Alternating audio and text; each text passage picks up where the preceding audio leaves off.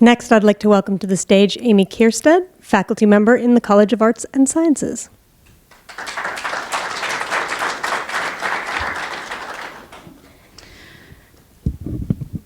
You can't have any visitors. We're shutting down the hospital.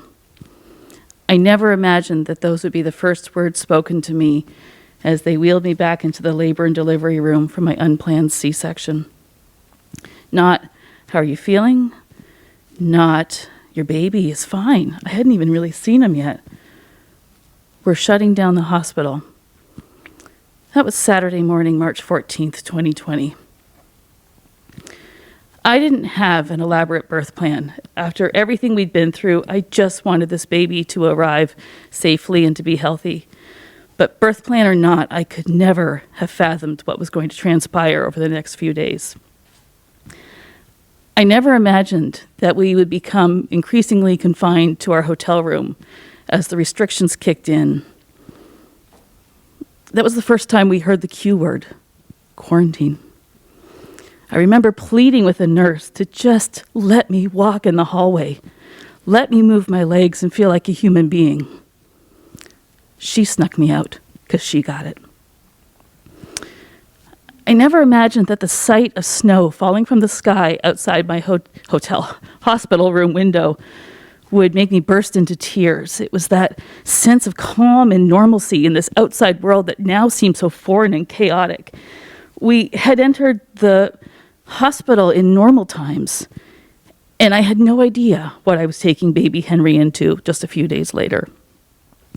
And then I never imagined that I would have to be escorted through security checkpoints on the way out of the hospital. I mean, I've been keeping up with the news, and I thought I knew what was going on. How bad was it out there?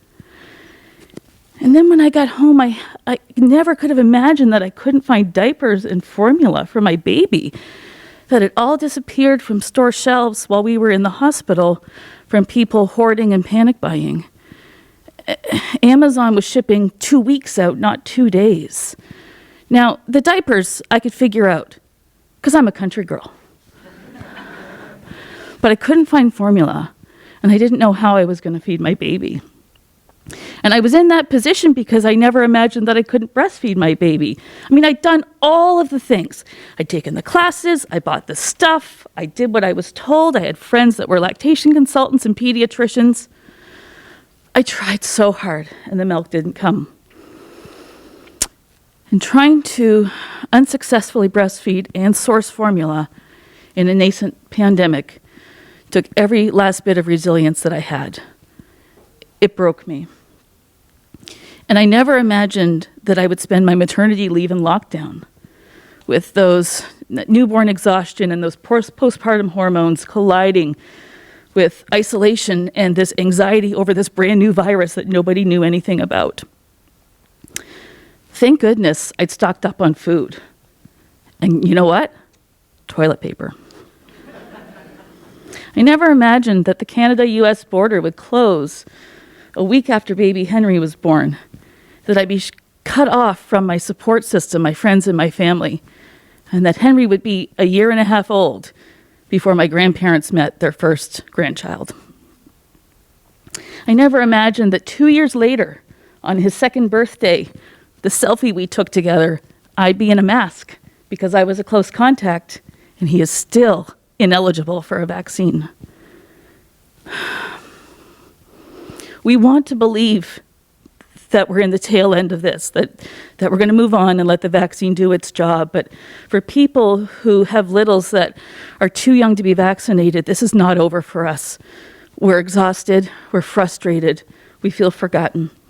And we live our lives day by day waiting for that life-changing announcement that our children can have that protection as well. I didn't have a birth plan. I adapted far more than I ever thought that I could imagine, and I'm forever changed. And I know that I'm one of the very lucky ones. Thank you.